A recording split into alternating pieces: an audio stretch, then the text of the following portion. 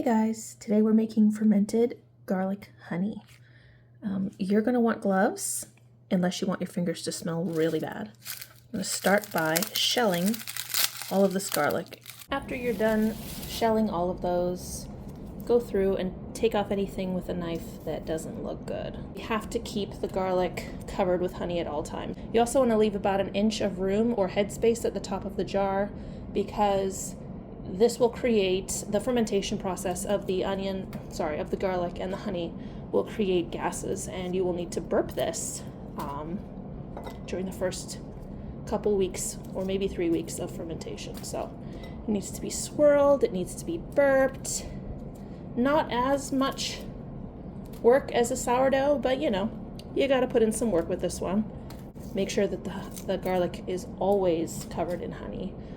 Any bits of garlic that are just sticking up out of the honey for an extended period of time can go bad, can go rancid, can create mold, so you want to do that.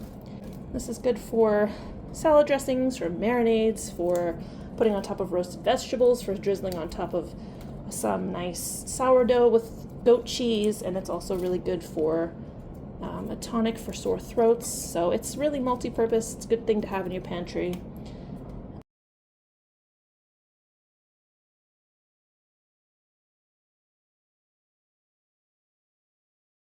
So as you can see, the honey has settled and there are still some air pockets in there. I've left about 1 inch of headspace at the top, and because the garlic has some air pockets in it and because it does want to float, fresh garlic will want to float. See this sucker up here floating already? That's why we are going to burp it every day to let the gas out and to turn it upside down every day to make sure that all of those air pockets and bubbles eventually work their way up to the top. And that way we can prevent the botulism. So we are done for now. I've sanitized lid. I'm going to go ahead and screw that on just finger tight and let it, and then quarter back, turn it a bit to let some air out. I'm going to let it sit like this till tomorrow.